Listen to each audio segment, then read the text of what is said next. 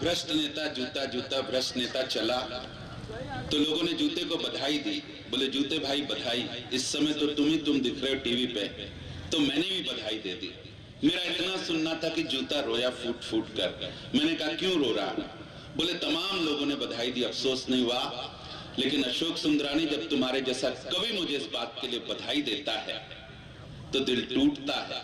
मैं बाबाओं की तरफ हूं सर। बाबा उनको बनाता कौन है? हम ही बनाते हैं, बाद में दोष देते हैं उनको। सर अधिकारी बैठे हैं, अभी पिछले साल इलाहाबाद में कुंभ का मेला लगा, पत्नी जिद पे दिखा के लाओ कुंभ का मेला, कुंभ के मेले लेके चलो। अरे मैंने कहा करेगी क्या? वो बोली नागा बाबा के दर्शन। हंसने की बात नहीं है, टेलीविजन पे दिखाते ही यही थी, देखिए नागा बाबाओं का अद्भुत संसार, नागा बाबाओं का अलौकिक संसार, पूरा विश्व देखने आ रहा। तो पत्नी भी जिद पे लेके चल, और पत्नी जिद पे आ जाए तो कौन ना लेके जाए। मैं भी सर लेके गया, मैं बाबाओं की तरफ इसीलिए मैं लेके गया। गंगा नदी में डुबकी लगाई, बाहर निकला तो देखा तट पे एक नागा बाबा साक्षात खड़े। क्या बात! पत्नी ने पैर पकड़ लिए, बोले नागा बाबा आशीर्वाद दो, मेरा पति बड़ा आदमी बन जाए। नागा बाबा आशीर्वाद दो, हर जगह जाए तो सबसे ज्यादा वही सुना जाए। 10 मिनट तक नागा बाबा सुनता रहा, बाद में भड़क गया। बोले देखो देवी जी, मैं कोई नागा बाबा नहीं, मैं तो खुद नहाने घुसा था, कोई कपड़े उठा के ले गया मेरे।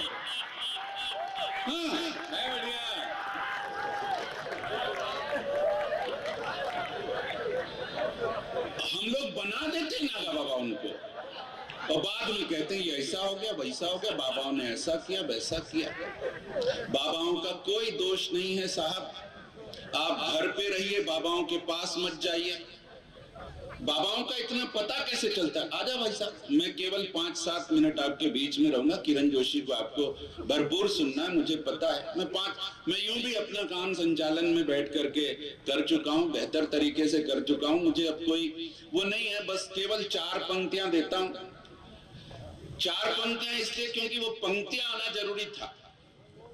मनोज मद्रासी ने बहुत अच्छी कविता सुनाई, अशोक भाटी ने शानदार कविता सुनाई, पूनम जी ने बहुत बढ़िया गजल सुनाई, अनामिका अंबर ने तो कमाल की कविताएं सुनाई।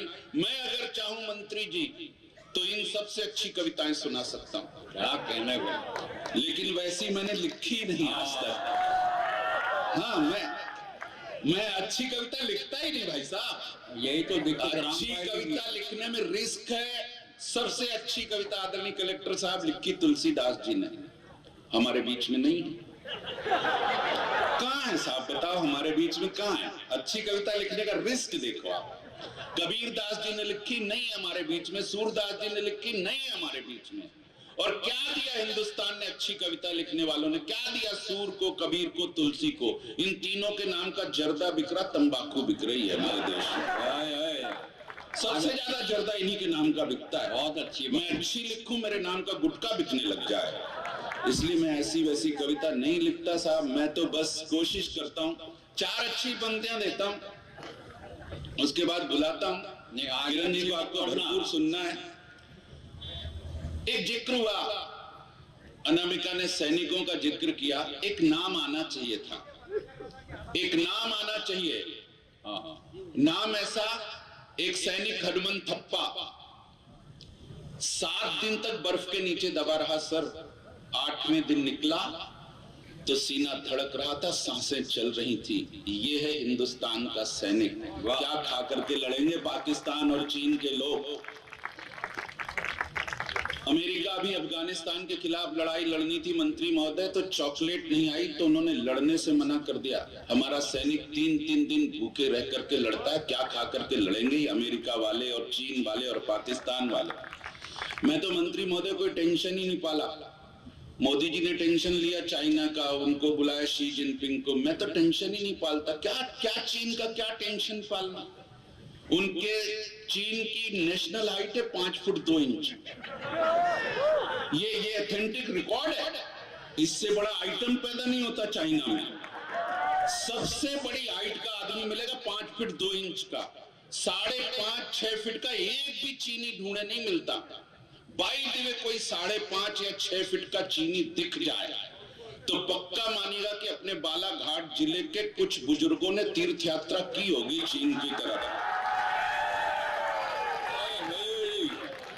नहीं, आप लोग गलत समझे, आप लोग गलत समझ, मतलब यहाँ के बुजुर्गों ने जाके बताया होगा उनको कि क्या क्या पौष्टिक आहार लेना चाहिए जिससे हाइट बढ़ती है। मैं कोई टेंशन नहीं, मैं कोई तनाव पालता ही नहीं साहब। मैं कह रहा था हनुमान थप्पा, वो सैनिक, 4 अच्छी पंक्तियां देता हूं, आपको लग जाएगा कि मैं बढ़िया कवि हूं, टाप का कवि। हनुमान थप्पा को निकाला गया 7 दिन तक बर्फ के नीचे। आप बर्फ का टुकड़ा आधे घंटे तक रखिए अपनी हथेली पर, हथेली हटाने का मन करेगा। वो 1 हफ्ते नीचे दबा रहा, फिर भी जीवित। और मजेदार बात यह है कि तिरंगे पर पकड़ उसकी रत्ती भर ढीली नहीं हुई थी। मेरे बड़े कवियों ने लिखा कि एक चमत्कार हुआ, हिंदुस्तान की धरती पर यह चमत्कार हुआ, विज्ञान भी हार मान कर गया। मेरे जैसी छोटी कलम ने उल्टा लिखा। मैंने कहा मैं इसको चमत्कार मानता ही नहीं साहब, और अगर हिंदुस्तान में हुआ है तो कतई कतई चमत्कार नहीं है। मैं जीवन की श्रेष्ठतम 4 पंक्तियां आपके हवाले करता हूं। आप रात को इस पहर में 2 बजने वाला, 2 से ऊपर, इस कड़कड़ाती ठंड में बैठे हुए 4 अच्छी पंक्तियां स्वीकार करना।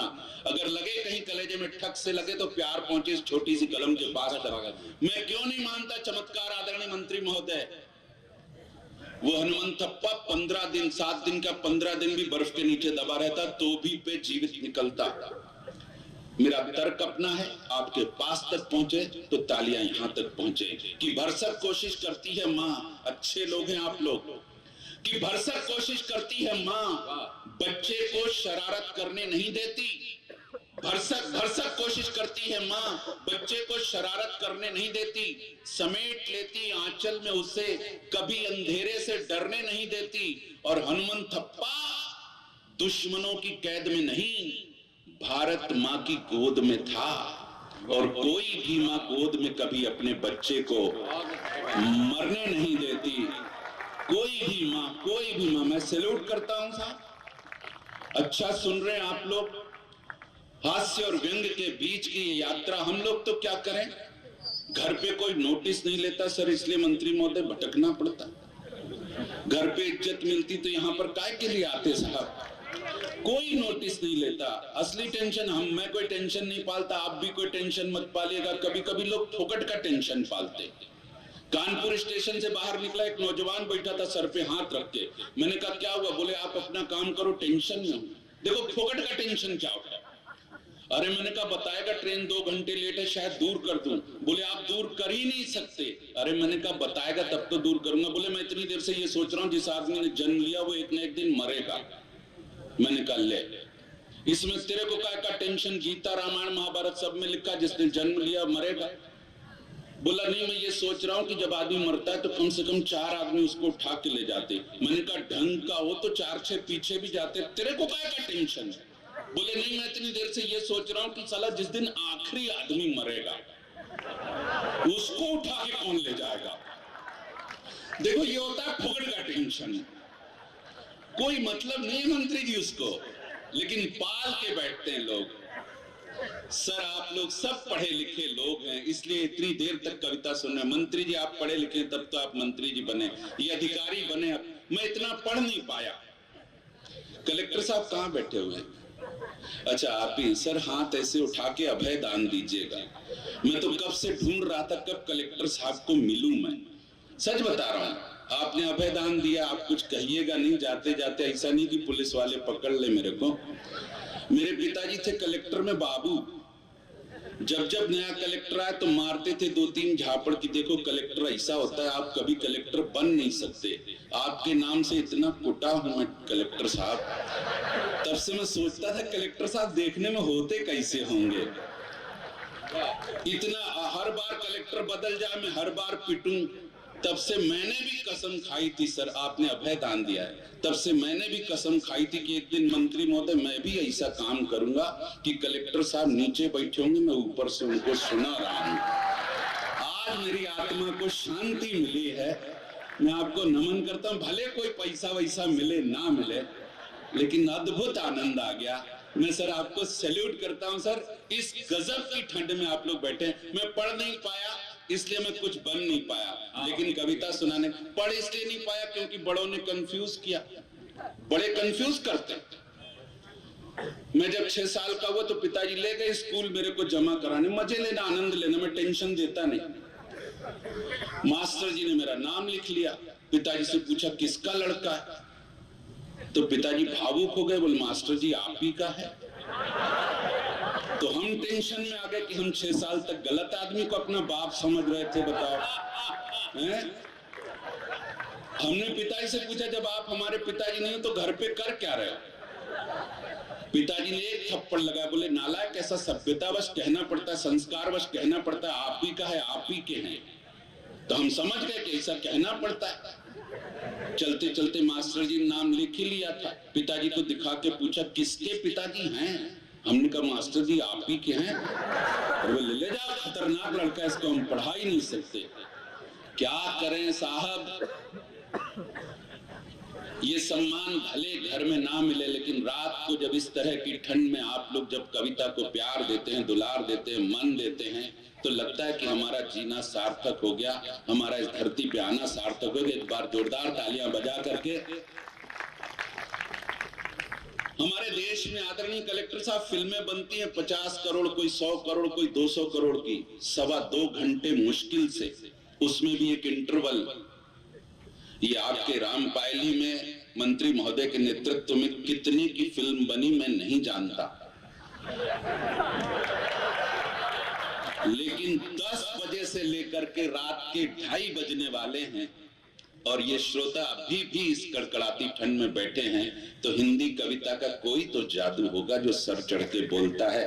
वाचिक परंपरा का कोई तो जादू होगा जो सर चढ़ के बोलता है। साहब लोग कहते थे कि माया गोविंद के कार्यक्रम में इतने लोग आए थे, आज कितने लोग आएंगे नहीं आएंगे, लेकिन आपने हिंदी कविता को जो मान दिया है, प्यार दिया है, दुलार दिया है, सम्मान दिया, उसके लिए एक छोटी सी कविता कह के मैं आदरणीय किरण जोशी को आपके बीच में, मंत्री जी के बहुत चहेते हैं, वैसे भी लाडले दुलारे कवि हैं, एक छोटी सी कविता स्वीकार कर लें। स्वागत।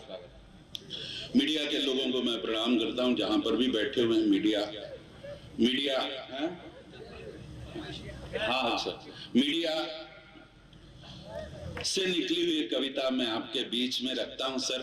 केवल कीमती 7 मिनट दीजिएगा, मैं अपनी जिंदगी का श्रेष्ठतम आपको सौंपता हूं। बहुत अच्छे।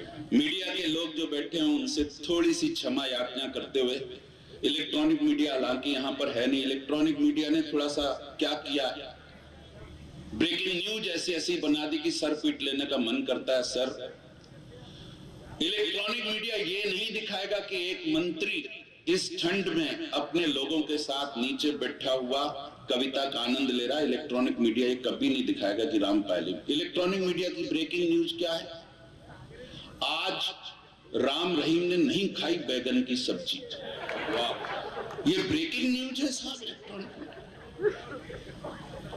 मच्छरों के कारण नहीं आई नींद बापू को, ये ब्रेकिंग न्यूज़ है साहब। हम लोग क्या करें साहब, तैमूर ने पहली बार अपने पैरों पे चलना सीखा, हम कहां पहुंच गए। ये कोई ताली बजाने का विषय नहीं, ये शर्म का विषय है। मीडिया ने अच्छी बातें नहीं दिखाई तो हम लोग अच्छी बातें सीख नहीं पाए। इस कवि सम्मेलन को कवरेज नहीं मिलता इलेक्ट्रॉनिक मीडिया का।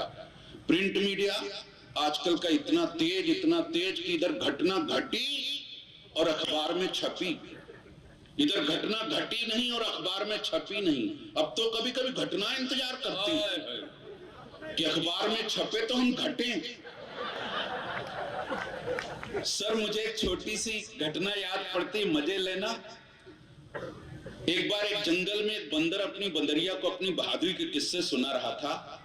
बंदरिया भी बड़े ध्यान से सुन रही थी। सुनते सुनते जब बोर हो गई तो बंदर से कहा इतना ही बहादुर है तो नीचे शेर बैठा, उसकी पूंछ मरोड़ के दिखा। अब साहब जो बंदर अपनी बंदरिया की बातों में आ जाते हैं, नहीं मैं आप लोगों को नहीं कह रहा ऐसा, जो आ जाते वो ऐसा भी कर लेते। तो बंदर आया, ताव में नीचे उतरा, शेर की पूंछ मरोड़ दी। शेर ने सोचा कोई ताकतवर जानवर है, तब तो ऐसी बदतमीजी कर रहा है। आंख खोल के देखा तो बंदर, शेर का दिमाग खराब हो गया, लाल लाल आंखें करके बंदर को दौड़ा दिया। अब बंदर आगे आगे, शेर पीछे पीछे, जाए तो जाए कहां, भागते भागते जंगल खत्म हो गया। तो बंदर एक गांव में घुस गया। गांव में भी कहां जाए तो देखा एक टेलर मास्टर अपनी मशीन छोड़ के चला गया था। मशीन के ऊपर अखबार रखा था, अखबार के ऊपर चश्मा। बंदर को जान बचाने का कोई तरीका नहीं सूझा, तो उसने जाके चश्मा लगा लिया और पूरा अखबार सामने करके बैठ गया। और शेर आया तो भटक गया, क्योंकि बंदर तो पूरा अखबार से ही ढक गया। तो उसने टेलर मास्टर के धोखे में बंदर से ही पूछा, क्यों भाई तुमने इधर से एक बंदर को भागते हुए देखा क्या?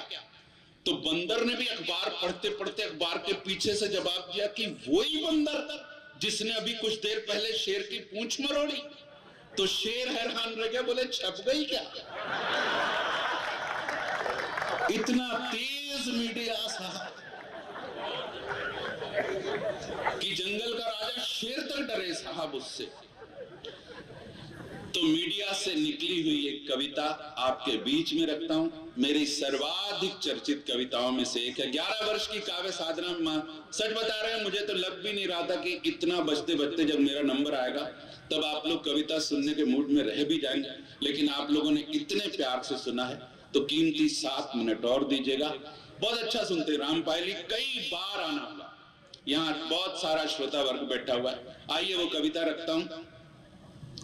मंत्री महोदय जैसे ऐसे प्यारे लोग, ऐसे लोग हों, जनप्रतिनिधि, तो बड़ा अच्छा लगता है। वरना तो स्थिति ये है, नेताओं की विश्वसनीयता इतनी कम हुई है कि मैं क्या बताऊं। सर आप बने रहिएगा, जब तक सूरज चांद रहेगा तब तक आप ही मंत्री रहोगे, भगवान कसम मेरी दुआ है आपके लिए। मैं इससे ज्यादा कह क्या सकता हूं। सर देख लीजिएगा लिफाफे में थोड़ा बहुत।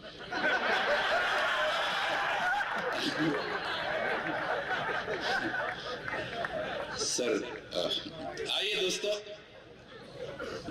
तो नहीं, और हम लोग सामने पहले पुराने जमाने में राजा महाराजे सुना करते थे तो मोतियों की माला उतार के दे दिया करते थे सामने। हाँ और क्या, हम लोग तो आपसे कह ही सकते हैं, आप क्या उतार के देंगे वो एक अलग बात है। तो आइए दोस्तों, वो हाँ आइए दोस्तों, वो कविता रखता हूँ, मीडिया की उपज है साहब। ये कविता कीमती 7 मिनट दीजिएगा। मंत्री महोदय का ध्यान चाहता हूँ, कुछ बातचीत हो रही थी।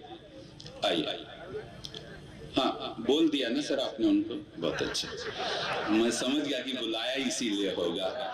मैं बहुत बहुत धन्यवाद देता हूँ आपको। तो एक छोटी सी घटना हुई, भैया ध्यान देना, जैसा मंत्री जी ने बोला है ना। तो सर और कौन देगा, आप नहीं देंगे तो कौन देगा सर। आइए दोस्तों, बुश पर, अमेरिका के पिछले राष्ट्रपति जॉर्ज बुश इराक के दौरे पर गए तो एक इराकी पत्रकार जैदी ने उन पर जूता फेंक दिया।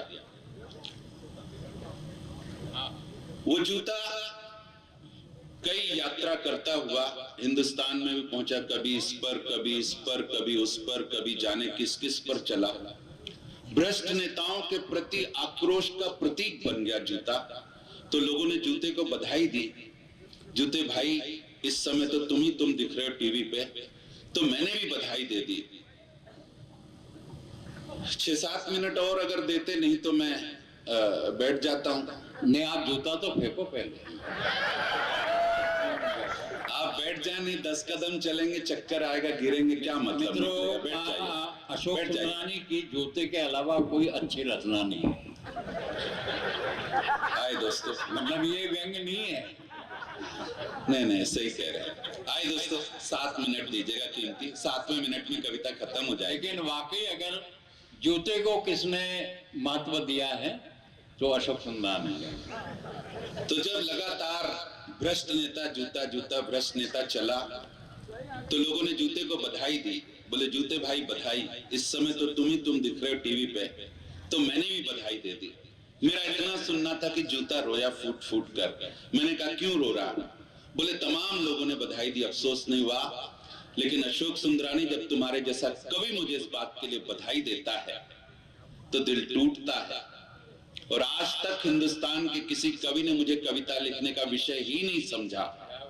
तुम अच्छे श्रोताओं के बीच में जा रहे हो, अगर मेरा दर्द रख पाए तो मैं धन्य हो जाऊंगा। इस विपरीत वातावरण में जीवन का सर्वश्रेष्ठ आपके सामने रखता हूं। एक पल के लिए मान लें कि जूता आपसे बात कर रहा है। जूते का दर्द अशोक सुंदरानी की जुबानी। क्या बात कि हम कभी कपड़ों से कभी चमड़ों से मढ़े गए। दो ही तीन चीजों से बनता है जूता। कि हम कभी कपड़ों से कभी चमड़ों से मढ़े गए। किसी का बहुत प्यार आया तो हम सितारों में भी जड़े गए। हमने आदमियों की तरह कभी फर्क नहीं रखा अपनों में और गैरों में। हम जितने समय तक भी रहे ईमानदारी के साथ रहे लोगों के पैरों में। हमने नुकीले पत्थरों का दर्द भी अपनी छाती पर सहा, लेकिन प्रतिरोध के स्वर में कभी भी एक भी शब्द उफ का नहीं कहा। आप लोगों ने इतने लंबे समय के त्याग, तपस्या और बलिदान का हमें ये क्या सिला दिया। हमें कोई पुरस्कार देने के बजाय उल्टे हमारा कलेजा ही जला दिया। और हम अब तक आशिकों पर पढ़कर ही बहुत खुश थे यार, फिर हमें क्यों इन भ्रष्ट नेताओं पर चला दिया। भाई क्या शुरुआत दी है आपने, मैं सैल्यूट करता हूं। मैंने कहा ना विपरीत माहौल में पढ़ रहा हूं। फिर क्यों इन भ्रष्ट नेताओं पर चला दिया। क्या समझते हैं आप कि इससे घटा इनका सम्मान है। नहीं भाई साहब, दरअसल ये सरासर हमारा अपमान है। वाह, क्या समझ, तालियां गलत जगह पर मत गाए, तालियां तो अगली पंक्ति पर मांगता हूं आपसे। क्या समझते हैं आप कि इससे घटा इनका सम्मान है। नहीं भाई साहब, दरअसल ये सरासर हमारा अपमान है। उड़ाया गया हमारा उपहास है, क्योंकि इन भ्रष्ट नेताओं से ज्यादा गौरवशाली हमारा इतिहास है। वाह वाह वाह। और अब इतिहास संभालें, थोड़ी सी ऊर्जा बढ़ाइएगा। मैं मानता हूं आप लोग थक गए हैं, लेकिन 3 मिनट कीमती और दीजिएगा। कि उड़ाया गया हमारा उपहास है, क्योंकि इन भ्रष्ट नेताओं से ज्यादा गौरवशाली हमारा इतिहास है। हम स्कूल जाते हुए बच्चे की प्रथम चाह बने। हमने पहुंचाए लोगों के पैरों को हमेशा आराम। हम नहीं कभी भी किसी के लिए आह बने। हमने खोजी खेतों के बीच में से भी पगडंडियां, लड़खड़ाते कदमों की हमेशा राह बने। और हम ही थे जो जीजा और साली के मधुर रिश्तों के प्रारंभ के प्रथम गवाह बने। और 2 प्राण पंक्तियां सौंपता हूं कविता की। आपकी तालियां बजाने की क्षमता, ऊर्जा, अवधि तीनों एक साथ देखना चाहता हूं। वो 2 पंक्तियां यहां नहीं पढ़ी जाएंगी तो कहां पढ़ी जाएंगी, और अब नहीं पढ़ी जाएंगी तो कब पढ़ी जाएंगी।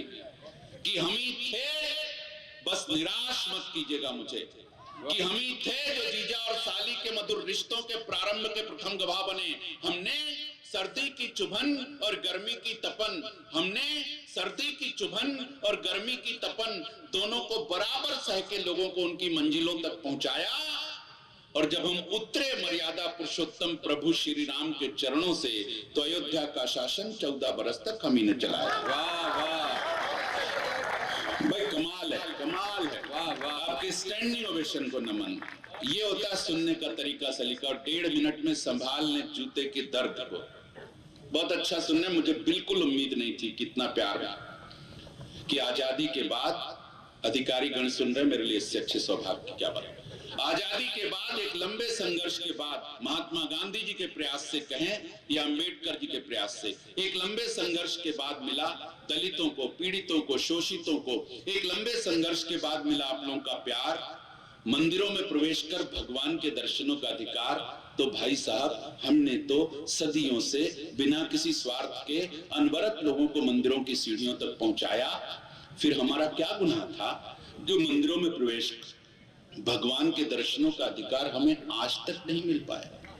माफ करें, ये तालियों की पंक्तियां नहीं थी। बहुत लोग असहमत हो सकते हैं, लेकिन अब आपकी हिम्मत देखना चाहता हूं रामपायली के अच्छे लोगों, कि आप अपने ऊपर भी तालियां बजाने की हिम्मत जुटा पाते कि नहीं। फिर हमारा क्या गुनाह था जो मंदिरों में प्रवेश कर भगवान के दर्शनों का अधिकार हमें आज तक नहीं मिल पाया। तो आप सब तर्क देंगे कि हमारे ऊपर थोड़ी सी धूल, थोड़ी सी मिट्टी, थोड़ी सी गंदगी है, इस कारण मना है मंदिरों में प्रवेश और वर्जित खुदा की बंदगी है। तो जो सवाल मेरे सीने में दफन था जाने कब से, चूंकि आज इस पावन भूमि पर प्रसंग आ गया है, तो बड़ी मासूमियत से पूछता हूं आप सबसे कि थोड़ी सी धूल, मिट्टी और गंदगी के कारण हम बाहर ही सीढ़ियों पर पड़े रह जाते हैं, और आप सब लोग अपने मन में ढेर सारी ईर्ष्या, छल कपट की गंदगी लेकर बड़े आराम से मंदिरों में चले जाते हैं। बस सैल्यूट है रामपायली। और अगली 4 पंक्तियों में व्यंग, वेदना, करुणा, ठाका, चारों चीज एक साथ आ जाए तो बड़े कवियों की उपस्थिति में छोटी सी कलम को आपका भरपूर प्यार मिले। जितना अच्छा आप लोग व्यंग को पकड़ रहे हैं, हो सकता है चौथी पंक्ति मेरी जुबान पे रह जाए, तीसरी पंक्ति से ही तालियों और ठाकों का महोत्सव हो जाए कि आप सब लोग अपने मन में ढेर सारी ईर्ष्या, छल, कपट की गंदगी लेकर बड़े आराम से मंदिरों में चले जाते हैं। इस बात का नहीं हमें कोई गिला कि हमें इस जमाने से क्या मिला क्या नहीं मिला। हम सीढ़ियों के बाहर धूल, मिट्टी, गंदगी में जहां पर भी पड़े हैं, कुछ आदमियों के कारण, कुछ आदमियों की नजरों में हम उस स्थिति में भी देवताओं से बड़े हैं। ये बात जूता छाती ठोक कर कहता है, क्योंकि मंदिरों में प्रवेश कर भगवान के दर्शन करते समय अधिकांश लोगों का ध्यान, सर क्या मैं क्या कविता सुनाऊंगा आप लोगों को, इतने अच्छे लोग साहब, अधिकांश लोगों का ध्यान भगवान से ज्यादा हम जूतों पर रहता है, क्योंकि उन सब का मानना है प्रत्येक क्षण प्रति पल कि भगवान के दर्शन आज करो या कल भगवान तो यही मिलेंगे। सब अनुभवी लोग बैठे, मैं क्या सुनाऊं कविता साहब आपको। अनुभवी लोग होते हैं साहब, परिवार के साथ नए जूते चप्पल पहन के परिवार के साथ मंदिरों में दर्शन के लिए जाते हैं तो अपने जूते चप्पल उतार कर ऐसी जगह रखते हैं जहां से भगवान भी दिखे। आपका अनुभव बोलता है साहब। कलेक्टर साहब, मेरी पत्नी भी बहुत धार्मिक है, इतनी धार्मिक कि रोज सुबह नवरात्रि में रोज सुबह नंगे पांव मंदिर जाती है, लौटती है तो पैर में चप्पल रहती है। इस बात का नहीं हमें कोई गिला। तो वो मां सरस्वती जब आशीर्वाद देती है, कहती कविता वहां ले जाकर के खत्म करना जहां इतने बड़े लोग नीचे बैठ करके तुम्हें प्यार और श्रद्धा के साथ सुनते हैं। रामपायली के अच्छे लोगों, शानदार जानदार लोगों, कविता का क्लाइमैक्स, कविता का उपसंहार आपके हवाले करता हूं। मैं ऋणी हूं, आपने सुना कि कोई फर्क नहीं पड़ता, हाथों को ऊर्जा दे, कि कोई फर्क नहीं पड़ता कि हम कहां कहां नहीं पहुंचे। हमें तसल्ली और खुशी इस बात की है कि हम कहां कहां पहुंचे।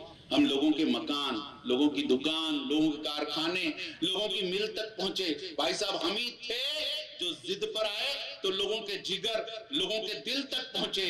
और जब हम पड़े हिंदुस्तानी सैनिक के पैरों में तो दुश्मनों को खदेड़ने कारगिल तक पहुंचे। जब हम पढ़े और आखिरी चार पंक्तियां और आपसे विदाई बड़े टूटे मन से लिखी, सर नहीं लिखना चाहता, लेकिन कभी जब सामने देखता है तो लिखता है।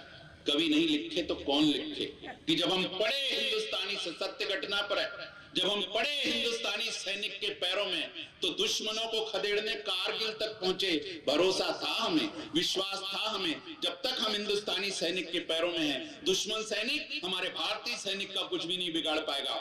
हमारा सैनिक एक हाथ में तिरंगा और बंदूक लेकर जरूर जरूर जरूर सरहद के उस पार जाएगा, लेकिन तभी मेरे विश्वास की किरण गहरे अंधेरे में कहीं जाकर के फंस गई। दुश्मन सैनिक की गोली आई और मुझे और मेरे विश्वास को चीरती हुई उस भारतीय सैनिक के पैरों में धंस गई। तब पहली बार समूचा ये गरिमा में सदन माफ करे मुझे, तब पहली बार समझ जूता संस्कृति को भूलकर पहली बार मेरी जुबान पर कोई बड़ी भद्दी सी गाली आई थी, क्योंकि किसी भ्रष्ट नेता ने मेरी खरीद तक में दलाली खाई थी।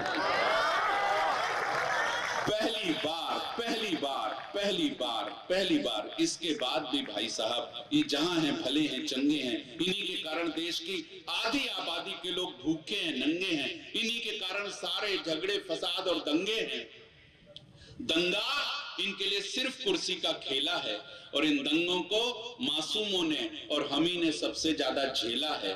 पिछले दंगे के बाद जब नेताजी ने अपनी कुर्सी मासूमों के खून से धोई थी तो सीता की चप्पल सलमा के सैंडल के गले लिपट करके फूट फूट कर रोई थी।